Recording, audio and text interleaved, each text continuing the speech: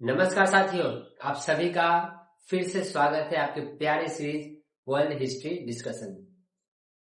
आज जिस टॉपिक पर डिस्कस करने हम लोग जा रहे हैं वो है रेनेसांस इन यूरोप। ओके, ऐसे तो वर्ल्ड हिस्ट्री का अगर हम शुरुआत देखें तो शुरुआत तो इसके ह्यूमन एवोल्यूशन से भी जाएगी और इसके आगे बहुत कुछ है, लेकिन रेनेसांस से शुरुआत इसलिए किया जाता है वर्ल्ड हिस्ट्री का।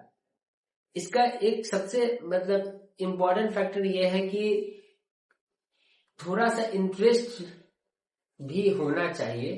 अदरवाइज क्या होगा कि आप बोर होने लगेंगे तो ऑब्वियस बात है, पढ़ना छोड़ देंगे।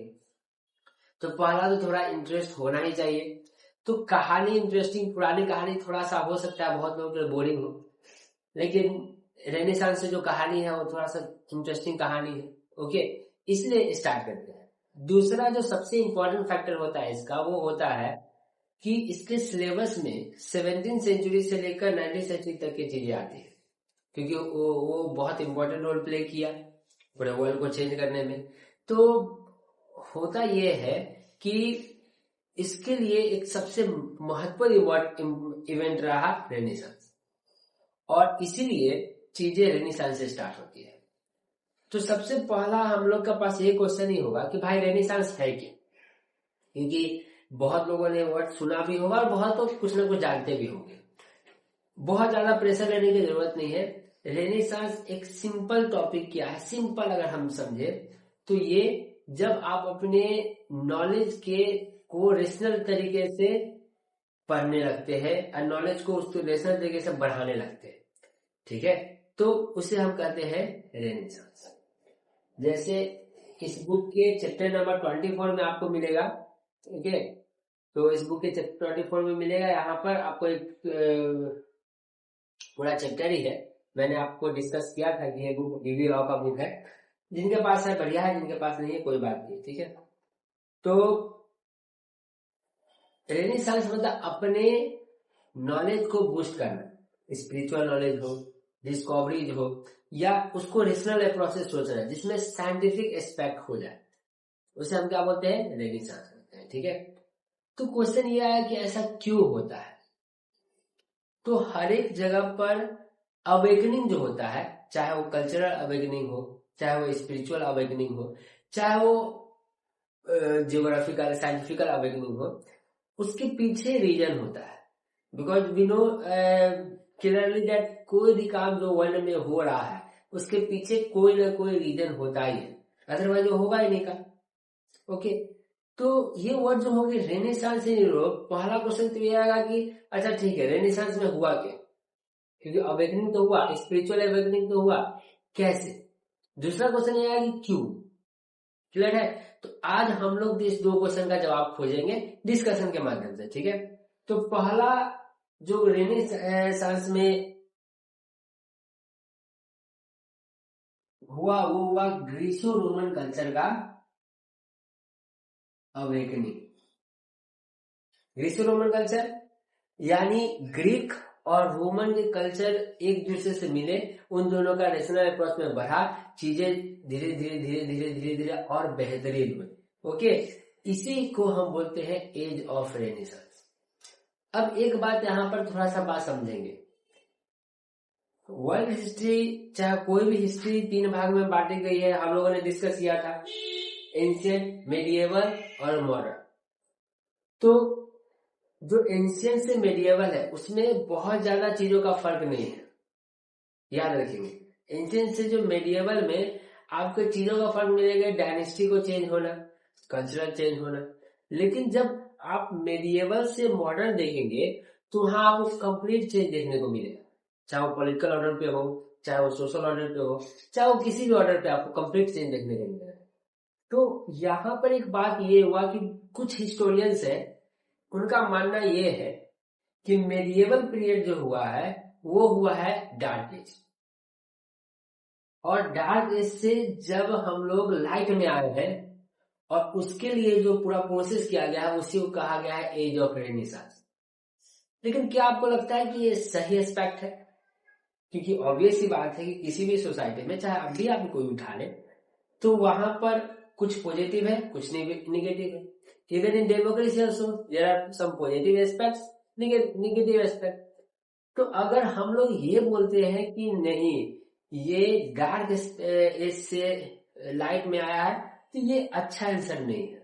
ओके, तो बहुत हिस्टोरियन, जो रेस्टोरेंट हिस्टोरियन, उनका ये मानना है कि ये ऐसा नहीं है, डार्क एज का नहीं है. ये क्या हुआ है कि एक कल्चर फ्लोरिश किया, अपने वीकनेस पर काम किया गया, अपने समय के हिसाब बदला, और उसी को बोला गया एज ऑफ रेनेसांस, जिसमें कि सबसे इंपॉर्टेंट एस्पेक्ट गया है, वो गया है साइंटिफिकल अप्रोच. साइंटिफिक अप्रोच बहुत इंपॉर्टेंट होता है किसी भी कंट्री के लिए. जब उस कंट्री को डेवलपमेंट चाहिए, तो उसको साइंटिफिक अप्रोच से जाना ही होगा, अदरवाइज उससे नहीं डेवलपमेंट मिलेगा. ठीक है. नहीं आप इस एज में देखिए तो आप देख सकते हैं जो भी कंट्री साइंटिफिक अप्रोच से जाती है तो आपको वहां डेवलपमेंट दिखेगा ही दिखेगा. यूएसए, यूएन, ये सब में डेवलपमेंट है. सॉरी, यूके, कनाडा, क्योंकि साइंटिफिक अप्रोच ज्यादा, हम भी लोग उस पर काम कर रहे हैं. क्लियर है. तो रेनेसांस अगर कोई पूछे क्या करना है, तो अपने कल्चरल अवेकनिंग. लेकिन यूरोप में क्या हो रहा है, यूरोप में ग्रीसो रोमन कल्चर, यानी जो ग्रीस था और रोम का कल्चर जब एक दूसरे को रेशनल अप्रोच से आदान प्रदान कर रहा है ज्ञान का, उसे हम लोग बोल रहे हैं रेनेसांस इन यूरोप. बात क्लियर है. आप यहाँ पर इस पूरे पेज में पढ़ेंगे, आपको नया चीज मिलेगा. क्लियर है.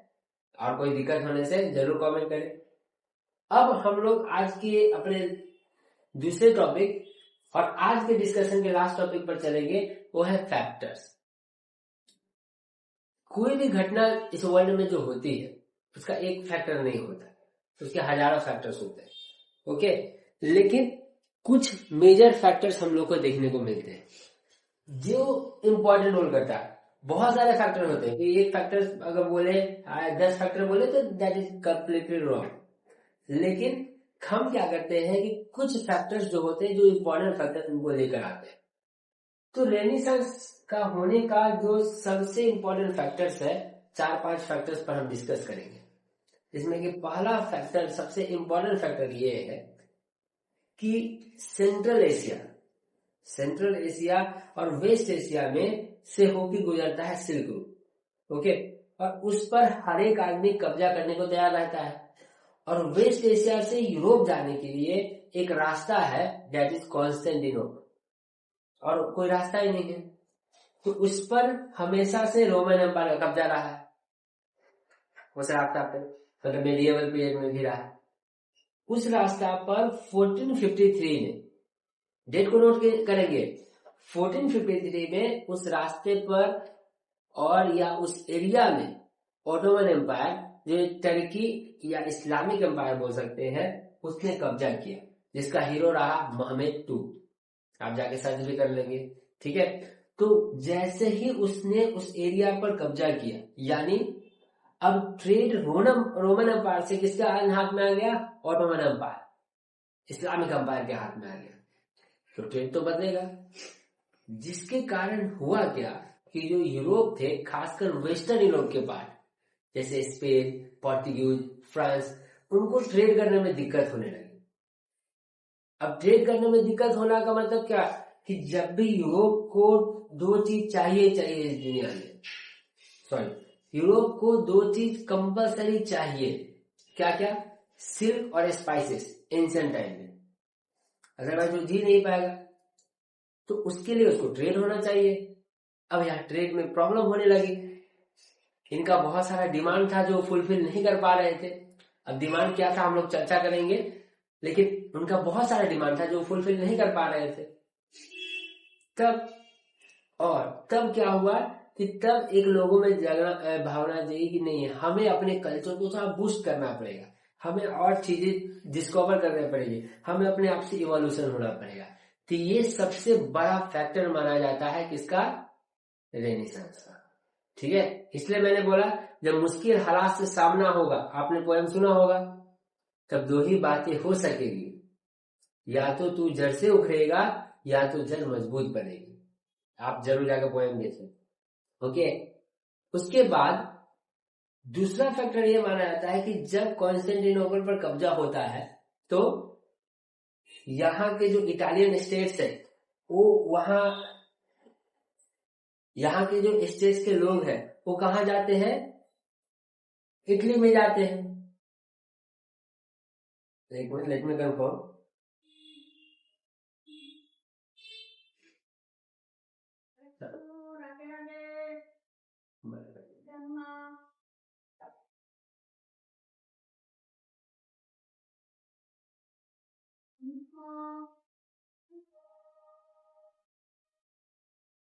नहीं, चेंजाचे नहीं।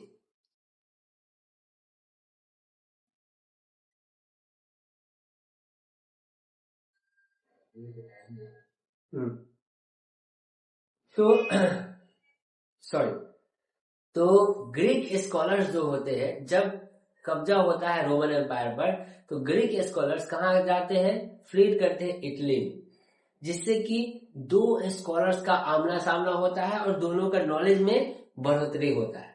इसलिए हम लोगों ने बोला है ग्रीसो रोमन कल्चर। क्लियर है? तो जब ये ऐसा हुआ, ठीक है, तो यहाँ भी एक ज्ञान का स्रोत जगा, तो ऑब्वियसली बात है सोसाइटी में कुछ ना कुछ बढ़ने को मिलेगा। क्लियर है? तो दो फैक्टर आपको दिख गए। पहला फैक्टर ऑटोमन एम्पायर पर कब्जा, दूसरा जो स्कॉलर्स है ग्रीक के और रोमन के, वो एक जगह इकट्ठा हुए और अपने ज्ञान को आदान प्रदान करते हैं। आदान प्रदान यानी इंपोर्ट एक्सपोर्ट। ओके, तीसरा फैक्टर ये कहता है क्या, कि चर्च का जो वीकनेस है, अब किसी भी सोसाइटी में जो स्पिरिचुअल सेंटर्स होते हैं, स्टार्ट तो बहुत पॉजिटिव वे में होते हैं, लेकिन बाद में धीरे धीरे उनमें कुछ ना कुछ वीकनेस आ जाती है। इसमें कोई बहुत बड़ी बात नहीं। तो जब उनके पास कुछ वीकनेस आया, तो हमारा जो यूथ है, उन समय का यूथ है, उन्होंने सोचा कि नहीं, इसके वीकनेस को तो ठीक करना पड़ेगा। तो उसने क्या किया, इसके बारे में भी चर्चा किया। इसको मतलब सोसाइटी के अपग्रोथ के बारे में चर्चा किया। बाद में हम लोग इसको अच्छे से पढ़ेंगे, कैथोलिक और प्रोटेस्टेंट के बारे में। ठीक है, तो ये तीसरा फैक्टर बन गई। ठीक है, कि हम लोग क्या करते हैं, तीसरा फैक्टर क्या हो गया, कि वीकनेस ऑफ चर्च। और चौथा और बहुत इंपॉर्टेंट फैक्टर है invention of printing press. Printing press का इन्वेंशन हुआ तो अब क्या, कम्युनिकेशन थोड़ा सा ज्यादा अच्छे से बढ़ेगा। कम्युनिकेशन जैसे ही बढ़ेगा, चीजें फ्लोरिश होगी ना, कम्युनिकेशन बढ़ने से फ्लोरिश होगी। तो कम्युनिकेशन बढ़ा तो चीजें फ्लोरिश हो गई। अब लोग जानने लग गए, अपने सोसाइटी से ज्यादा दूसरे सोसाइटी के बारे में भी जानने लग गए, दूसरे के नॉलेज के बारे में जानने लग गए, नॉलेज को सिंपल भाषा में एक्सप्लेन किया गया। ठीक है, तो इन चार जो मेजर फैक्टर है, इससे रेनेसांस ग्रो हुआ, या रेनेसांस यूरोप में हुआ। बात क्लियर हुआ? तो आप याद रखेंगे, आज हम लोगों ने ऐसे जनरली जो डिस्कशन किया है कि भाई रेनेसांस है क्या, तो रेनेसांस का सिंपल मीनिंग होता है कि ग्रोथ करना। यहाँ ग्रीसो रोमन कल्चर का ग्रोथ हुआ है। ओके, तो ग्रोथ होना, renaissance, spiritual growth, awakening, cultural awakening, scientific approach. और रेनेसांस इन यूरोप में जो खासियत है वो है साइंटिफिक अप्रोच। तो इसलिए बाद में आप जाके देखेंगे क्या, geographical discovery, invention of many things, many machines etcetera. Okay, उसके बाद इसका फैक्टर क्या क्या है, तो ऑटोमन एम्पायर का कब्जा कहां पर, कॉन्स्टेंटिनोपल पर, बाद में इसका नाम इस्तांबुल रखा गया। दूसरा, ग्रीक स्कॉलर्स और रोमन स्कॉलर के बीच में संबंध। तीसरा, वीकनेस ऑफ चर्च। और चौथा फाइनली क्या, इन्वेंशन ऑफ प्रिंटिंग प्रेस। ठीक है, तो उम्मीद है कि आपको बात समझ में आई होगी। अगर आपको ऐसा लगता है कोई मेरे पास भी दिमाग में आइडिया है, तो आप कमेंट जरूर करो यार। ठीक है, चलिए मिलते हैं नए लेक्चर के साथ। तब तक जय हिंद, जय भारत।